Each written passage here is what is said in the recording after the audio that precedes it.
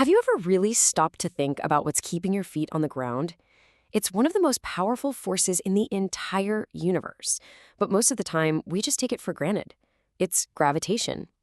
In this explainer, we are going to peel back the layers on this amazing force, from why things fall down to the mysteries of black holes.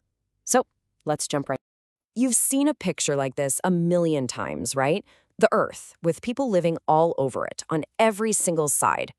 And we just accept it. But if you really think about it for a second, it's kind of strange. It brings up a really big puzzle. I mean, seriously, if you're standing on what we call the bottom of the Earth, what's stopping you from just falling off, tumbling away into the blackness of space?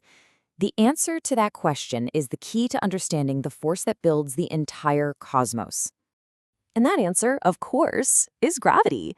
It's that invisible string that pulls an apple from a tree, that brings a ball back down after you throw it, and yeah, that holds all of us tight to our planet as it spins through space. So let's figure out what this thing actually is. So here's the core idea. Think of gravity as Earth's own personal pull. It's a force of attraction that our planet uses on everything, pulling it all straight towards its center. And that's why it doesn't matter where you are on the globe, down is always towards the ground right under your feet. Okay, so we know what gravity is. But is it always the same strength? What makes it tick? Like good scientists, we have to ask the next question. What could possibly make this invisible force stronger or weaker? To figure this out, we can't just guess. We need to collect some evidence, some data. What could possibly change the strength of this pull that's always there? And how would you even measure something like that? Well, every good investigation needs the right tool. And to measure a force, scientists use this handy gadget called a spring balance. Basically, you hang an object on it, and gravity's pull stretches a spring inside. The more it stretches, the stronger the force is. Simple as that. All right, now let's look at some data. So, on the surface of the Earth, the gravitational force on this 100-kilogram object is 980 newtons. But watch what happens as we go higher. At 1,000,000 meters up, that force drops all the way to 730 newtons. The object's mass is still the same, but the pull on it has definitely gotten weaker. So, what does that tell us? From this, we can figure out two really basic rules. First, the more stuff, or mass, an object has, the stronger its gravitational pull. And second, just like we saw on the table, the farther away you get, the weaker that pull becomes. It really comes down to just two things: mass and distance. And this is where the genius of Sir Isaac Newton comes in. He had this incredible light bulb moment where he realized this isn't just a rule for Earth. He figured out that this force of attraction is universal. It applies to every single object in the whole universe, from a tiny apple to the giant moon. What a huge idea. And here it is, his incredible universal law of gravitation. Now, it sounds a little wordy, but it just says that everything in the universe pulls on everything else. And the strength of that pull depends on the two things we just figured out: how much mass they have and how far apart they are. Let's make this super clear. Just picture any two objects out in space. We'll call their masses m1 and m2, and we'll call the distance between their centers d. Newton's law gives us the exact recipe for the force between them. So, part one of the law is all about mass. The force is proportional to the two masses multiplied together. In plain English, the bigger the objects are, the stronger the pull between them. It's why massive things like planets and stars have such a huge gravitational influence. Now for part two, the distance. And this is where it gets really cool. The force doesn't just get a little weaker with distance. It's inversely proportional to the square of the distance. That means if you double how far apart two things are, the gravity between them becomes 4 times weaker. If you triple the distance, it's 9 times weaker. Distance has a massive effect. And here's how it all fits together in one beautiful formula.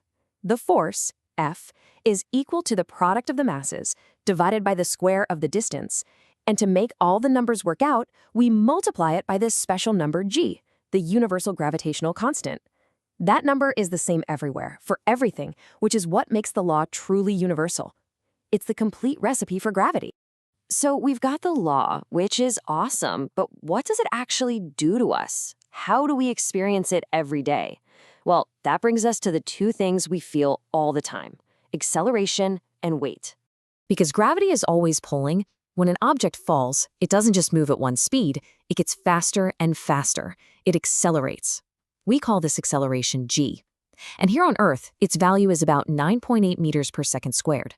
That means for every second an object is falling, it picks up another 9.8 meters per second of speed. Now this brings up a classic puzzle. If you stood on top of a building and dropped a heavy bowling ball and a super light feather at the exact same moment, which one do you think would hit the ground first? Well, this famous experiment shows us the answer.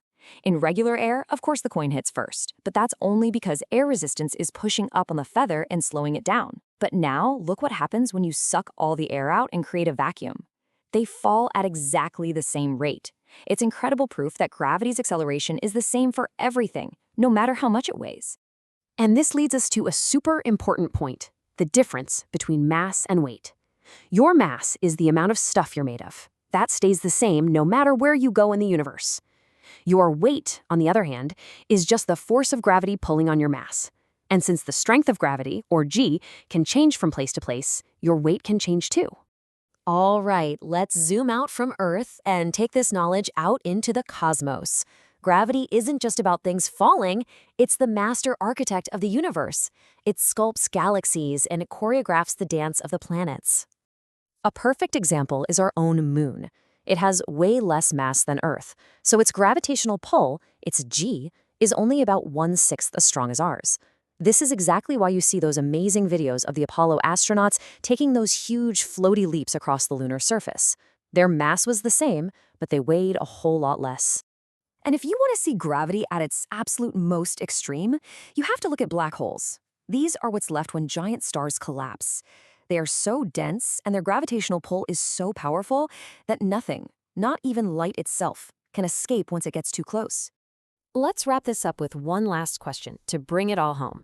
According to Newton's law, you are gravitationally attracting the device you're watching this on right now, but that force is so tiny you could never feel it. So why is the force between you and the planet Earth powerful enough to hold you in your chair?